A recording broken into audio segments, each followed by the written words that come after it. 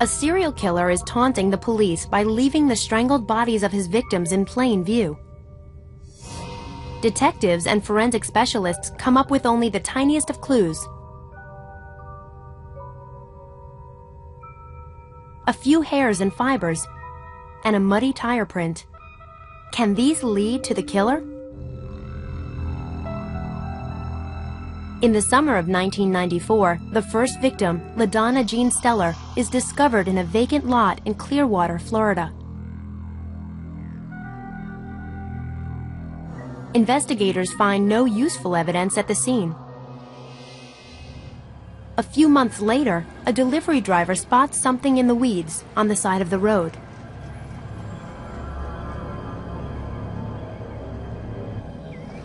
He calls the police. First on the scene is Officer Glenn Ward. He checks for a pulse. Sector 89, confirm signal 7. There is none. Next to arrive is the Pinellas County Forensic Science Unit. Their job is to collect physical evidence. These aren't your tire tracks, right, Glenn? No, sir, they're not. Lieutenant Walt Jacques notices a possible clue, a tire print at the edge of the road. The sandy soil in this part of Florida doesn't usually make for a clear tire print, but rains during the night have left the ground muddy. First, the track is photographed. Then, castings are made of selected segments of the track. Dental cement, the same material used by orthodontists, is poured into a metal form. The team searches the grass for trace evidence. Looking for anything that would fluoresce. Using a high-powered light, the investigators trace a path to the body. The light reveals fibers, hair, blood, and other substances. The light shines at wavelengths that cause materials to fluoresce. Orange goggles help make evidence stand out sharply. Soon the victim is identified. Her name is Wendy Evans. She was killed by strangulation. Is a serial killer on the loose in Pinellas County? Evidence collected at the crime scene is sent here to Florida's Department of Law Enforcement. Jerry Serino is the chemist assigned to the case. It can literally take weeks to go through the debris that is recovered from a crime scene. Kind of like looking for a needle in a haystack. Serino looks for things out of the ordinary, such as unusual colors or materials. And he finds something, a pink nylon fiber, most likely from a carpet.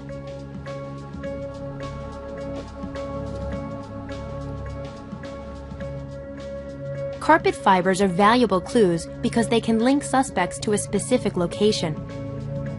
Examiners also find hairs on the body, but they aren't human hairs. These short brown hairs belong to a dog. There is one piece of evidence left to examine: the tire track. Peter McDonald is a tire track identification expert. He agrees to help with the case. McDonald begins by studying the photographs taken at the crime scene.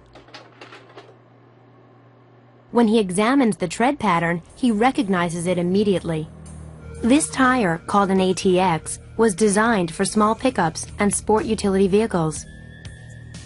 McDonald tells detectives that the tire print at the crime scene was probably left by a small truck riding on a relatively new set of Firestone ATXs.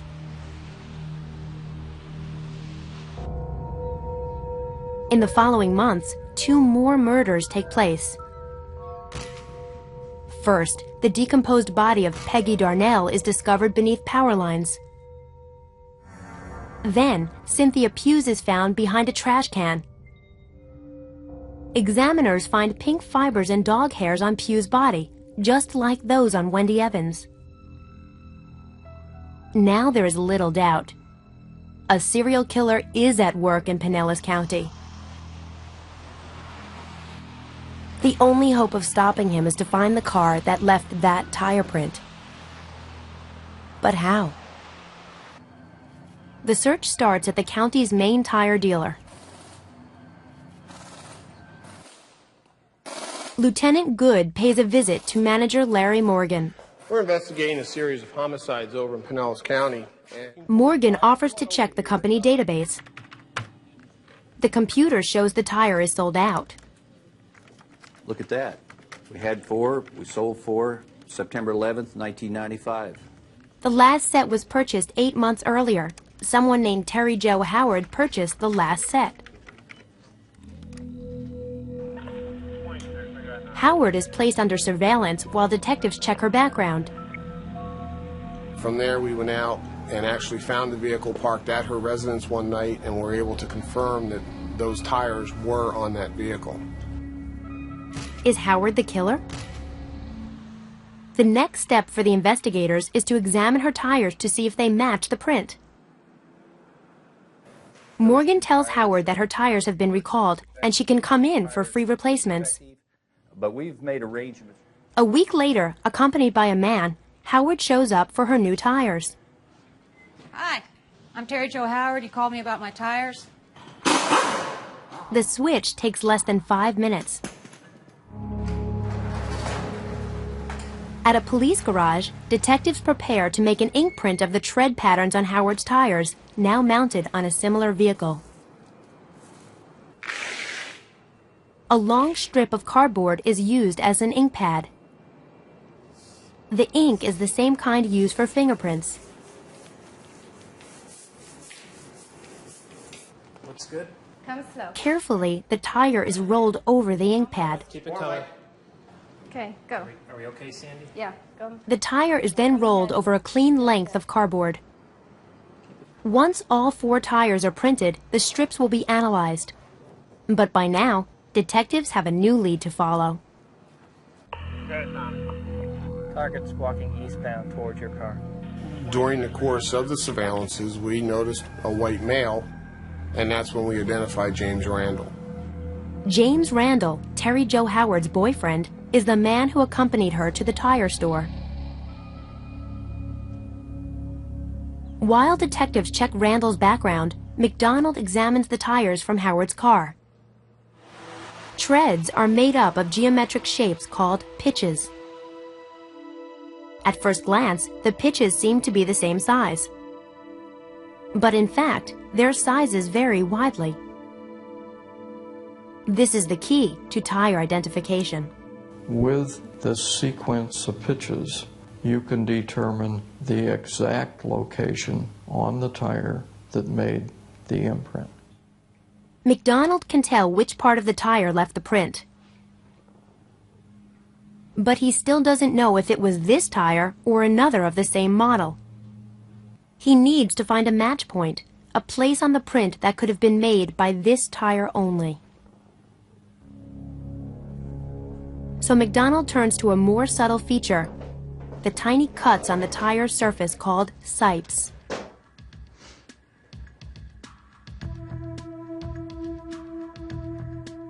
During manufacturing, the sipes are molded into the tires by small steel teeth. But occasionally, tires come out of the mold with a few sipes missing.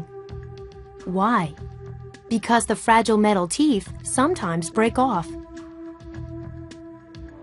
McDonald finds a missing sipe in the tire print. He finds the same missing sipe in the same location on the right rear tire taken from Howard's truck.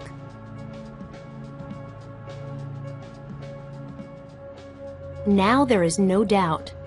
This tire left the print at the crime scene. It's a major break in the case. Terry Jo Howard's truck has been placed at the scene of one of the murders. And fibers and hairs link that crime to one of the other murders. And there's more. By now, the background check on James Randall has come in. He served 6 years in a Massachusetts prison for sexual assault, and he was a suspect in a murder case. but investigators lacked enough evidence to indict him. In both crimes, the victims were strangled. Now the detectives want to arrest Randall, but they know that unless they have enough evidence, they can't hold him. They need an airtight case, and they know how to get it.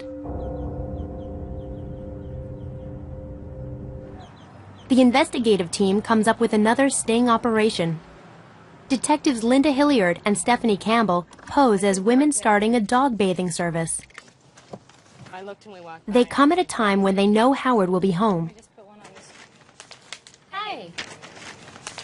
My name is Stephanie and this is Linda, and we're starting our own dog grooming business. Their offer of a free introductory flea bath is too good for Howard to refuse.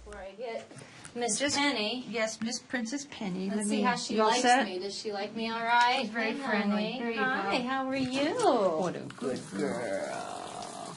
Can I comb you a little bit? Is that At an opportune moment, Hilliard pockets some hair.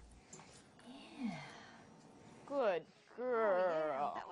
After the bath, Terry Jo invites the women into the living room. The detectives notice the color of the carpet. It's pink, similar to the fibers found on the murder victims. As Hilliard chats with Terry Jo, Campbell yanks out a few fibers. Back in the lab, the carpet fibers and dog hairs taken from Howard's home are compared to those found on the murder victims. They match. That means the women had either been inside the house or had come into physical contact with Randall or Howard. Detectives now have the evidence they need. They decide to move in on James Randall. But as they approach him, he flees suddenly, escaping into the nearby woods. A massive 4-day manhunt can't flush him out. Finally, an exhausted and dirty James Randall shows up back at Howard's front door, where he is taken into custody by waiting sheriff's deputies.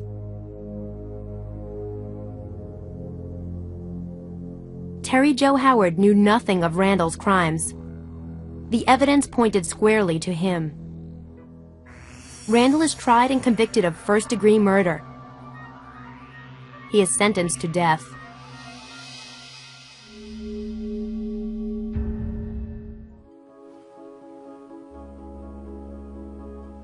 Forensic science has become one of the justice system's most powerful tools. But even the best tools can do great harm if they're misused. Your Honor, the Commonwealth calls Angela Nichols to the stand. A woman has been raped. At trial, she points out her attacker. That is the man. The defendant's name is Edward Honecker. His trial takes 2 days. We find the defendant guilty on all charges. Honecker is given life in prison, the maximum sentence. He wonders if he'll ever wake up from what he prays is a nightmare. I remember when I was sentenced, it was like, you know, I didn't do this. My last words to the judge were, "You've convicted an innocent man." Your Honor, the Commonwealth calls Elmer Gist. The most damning testimony came from a state forensic examiner. Elmer Gist testified that hairs found on the victim closely matched Honecker's. Same coloring. It is unlikely that the hair would match anyone other than the defendant. He is without a doubt guilty. At the trial's conclusion, the jury took 2 hours to reach their verdict. Guilty. Honecker was sent to Nottoway Correctional Center in Burkeville, Virginia, to spend the rest of his life behind bars. Most people don't realize what it's like to be inside of a prison. Prison is hell on earth. Honecker spent much of his time writing short stories, a novel, and letters, hundreds of letters. He tried to find someone on the outside who would listen, someone who would believe that a grave injustice had been done. Centurion Ministries. Then Ed heard about the Centurion Ministries, a non-profit organization in Princeton, New Jersey, that tries to help people who have been wrongly imprisoned. His letter was read by staffer Kate Germond. Then she requested the transcripts from Honecker's trial. When she read them, she understood how Honecker got convicted. Even through the dry transcripts, you could read the strength of the victim's testimony. This was the man. That is the man. So I understood it, but I also clearly saw, to my read, that he couldn't have committed the crime. In the transcripts, Germond saw testimony she found troubling. And what were those test results? We removed 2 hairs from the crime scene, which were... The forensic scientist testified that the hairs found on the victim were most likely Honecker's. It is unlikely that the hair matched anyone other than the defendant. But could they be sure the hairs were Honecker's? Hairs simply aren't distinct enough to be linked to an individual. The most we can ever say is that these hairs could have come, in quotes, from the same source. We can never say that this hair did in fact come from a given individual. Dr. Peter DeForest is one of the world's leading authorities on the forensic analysis of hair. He was called in to re-examine the hair from the crime scene and compare it to Honecker's. There are a number of features we look at. DeForest first looks at the hair's color. Color in hair is determined by tiny pigment granules that appear here as brown speckles. Adjusting focus lets DeForest examine each plane of the hair shaft for pigment distribution. In some hairs, the granules are distributed evenly. In other hairs, they form clumps.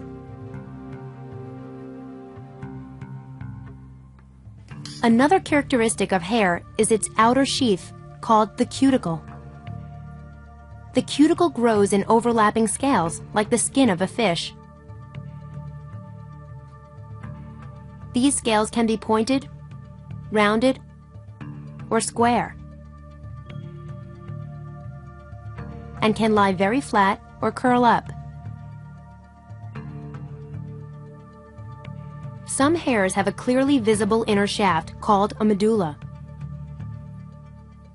In other hairs, the medulla appears cracked and broken, or they have no medulla.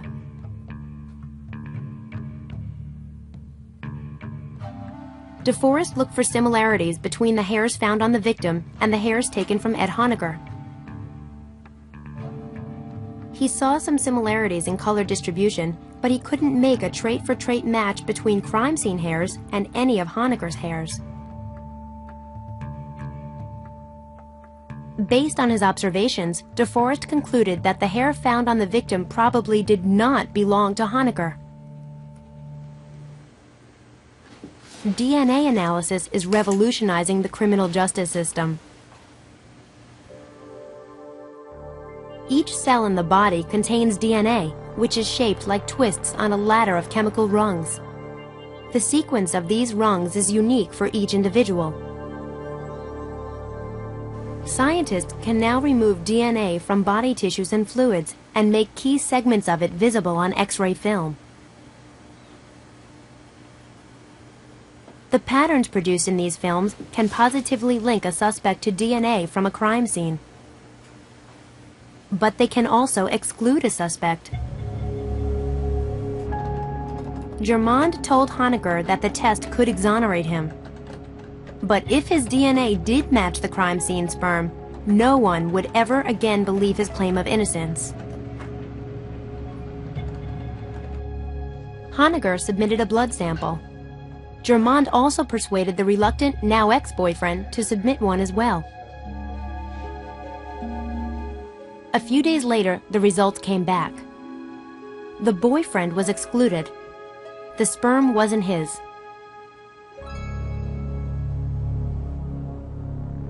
Honecker was also excluded. There could no longer be any question. Edward Honecker was innocent. That was it. All emotions that I had held in check for 10 years overwhelmed me. After 10 years in prison, Honecker was pardoned and released. He returned to his home in Roanoke. Eventually, he received a settlement from the state of Virginia for his wrongful incarceration. DNA testing is giving a new chance to those who are unfairly trapped by an imperfect system of justice. But forensic science can do more than solve crimes. It can also uncover forgeries. Almost everyone on Earth recognizes this image, the Mona Lisa, one of history's greatest paintings, created by Leonardo da Vinci about 500 years ago. Few names in history are as revered as Leonardo da Vinci, a scientist, inventor, and painter. Da Vinci's masterful technique and his attention to anatomical accuracy are among his signature traits. But aside from the Last Supper and the Mona Lisa, only a handful of his paintings survive to this day. Some experts believe there are fewer than a dozen in all the world.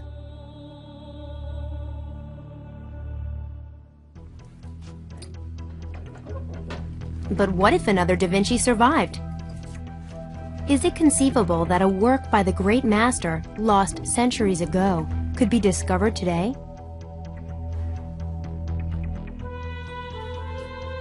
And if someone claimed to find such a painting, how could anyone be sure it was authentic?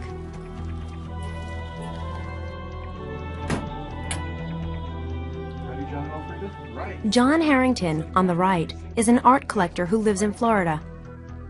He believes that this painting of Jesus Christ is, in fact, a long-lost Da Vinci. Any help, Jeff? Got it all right? And for the past 10 years, he's been struggling to convince a skeptical world. Harrington has had a respected forensic scientist and a handful of scholars study the painting.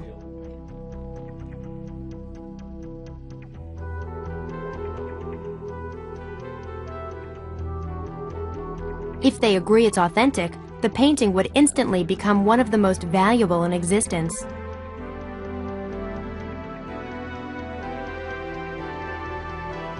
But has John Harrington really discovered a lost Da Vinci? How could a priceless masterwork have found its way to, of all places, Florida?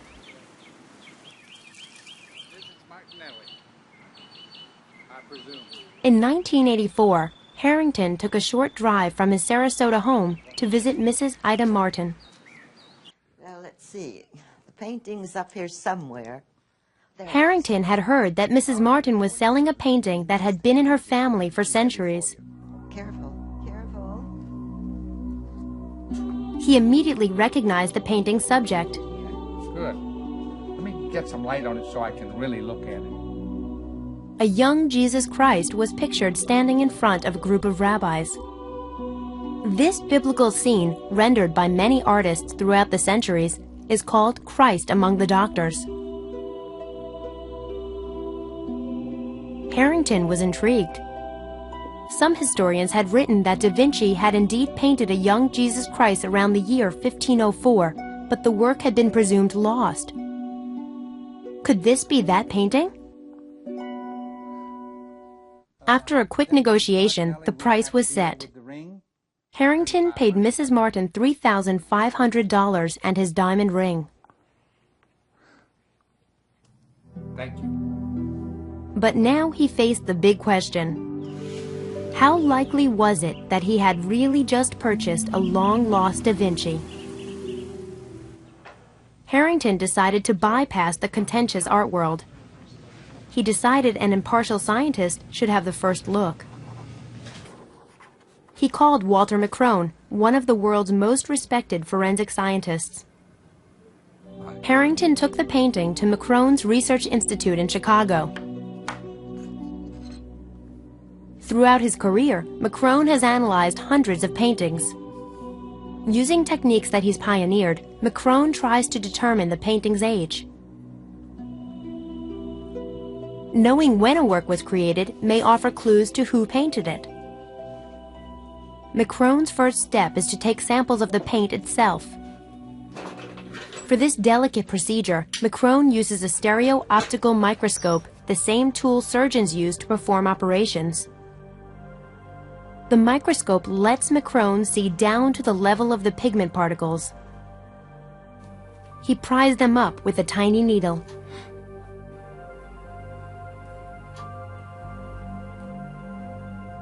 Then he carefully places them on a microscope slide. To identify the particles in Harrington's painting, McCrone examines them under the polarizing light microscope. Because each color is made from a different mineral or vegetable base, each has a unique appearance under the microscope. In the past, pigments were ground by hand, so paints were lumpy and grainy.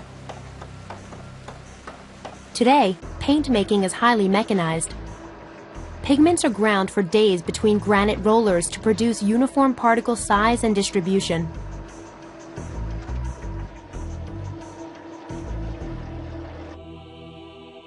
So an old painting is like an archaeological find, a time capsule embedded in canvas. The microscope reveals the state-of-the-art of paint making at the point in history the work was produced. Each pigment, we know when it was first used. Prussian blue, for example, is 1704. If I find Prussian blue in a painting, I know that at least that paint layer had to have been painted after 1704. McCrone spent months examining the pigments in Christ Among the Doctors. He found no modern colors. In fact, he found that the pigments used in the painting were all in use during Da Vinci's time, 5 centuries ago. And McCrone found something else. Years earlier, he had analyzed Da Vinci's masterpiece, The Last Supper. McCrone now had samples of every pigment used in that painting. These were carefully saved on microscope slides.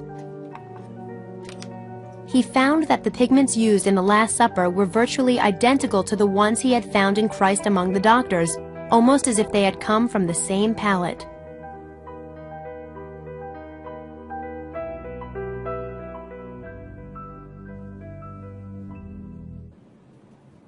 McCrone looked at the paint's other ingredients, too.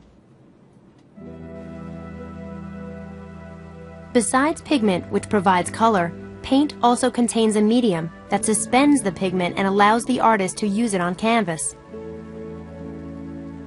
The most common medium is linseed oil, and most Renaissance painters used it.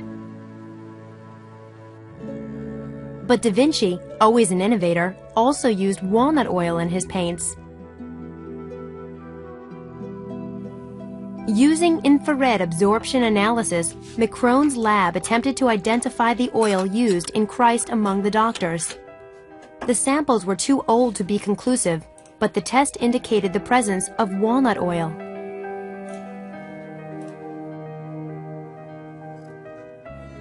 And McCrone also removed a small section of the canvas for carbon dating. This test would reveal the age of the canvas itself. The test produced a date of 1495, plus or minus 30 years. In 1495, Da Vinci was 43 years old. I could conclude from what I did and from the carbon dating that the painting was almost undoubtedly done during Leonardo's lifetime. When he completed his work, McCrone published his findings in a scientific journal. He stated that none of his tests of the pigments, the medium, or the canvas could rule out the possibility that the painting was a Da Vinci. When you get results from the laboratory that say that you have pigments and canvas of the time of Leonardo da Vinci, it's very exciting because you're getting much closer than you thought you could. But you can't quite get to Leonardo's easel with those results because Leonardo and his school in Milan could all have access to the same kind of canvas, brushes, pigments, and mediums. They could all use the same thing. It turned out that science could go only so far in determining the painting's origins. So Harrington was forced to return to the subjective world of art historians and other experts. Yes, Mr. Harrington. Harrington called in James Proctor, an art authenticator who had evaluated other alleged Da Vincis for private clients around the world. curious about anything. Proctor warned Harrington that he was skeptical, but he agreed to take a look. Referring. Proctor studied the painting closely. He saw something that, in his mind, left no doubt: the hole in Christ's wrist. Da Vinci was the only one that ever put the nail hole in the proper area. Da Vinci had studied human anatomy extensively. Unlike other artists of his day who showed Christ impaled through his palms, Da Vinci knew that the hands couldn't support the weight of the body. But the wrists could. In my opinion and my expertise, this is by the hand of Leonardo da Vinci. Scholars will continue to debate the origins of Christ among the doctors long into the future. Perhaps one day the truth about this painting will be known. But, as the scientist knows all too well, truth can be hard to separate from the world of human passion and prejudice. Did you know? It's not just the value of an artwork that determines whether someone might forge it. The difficulty of making the fake is just as important. Fewer than 1% of stone sculptures are forged because they require so much labor and so few people buy them. But as many as 10% of modern French paintings on the market may be forgeries because they are more popular and easier to make.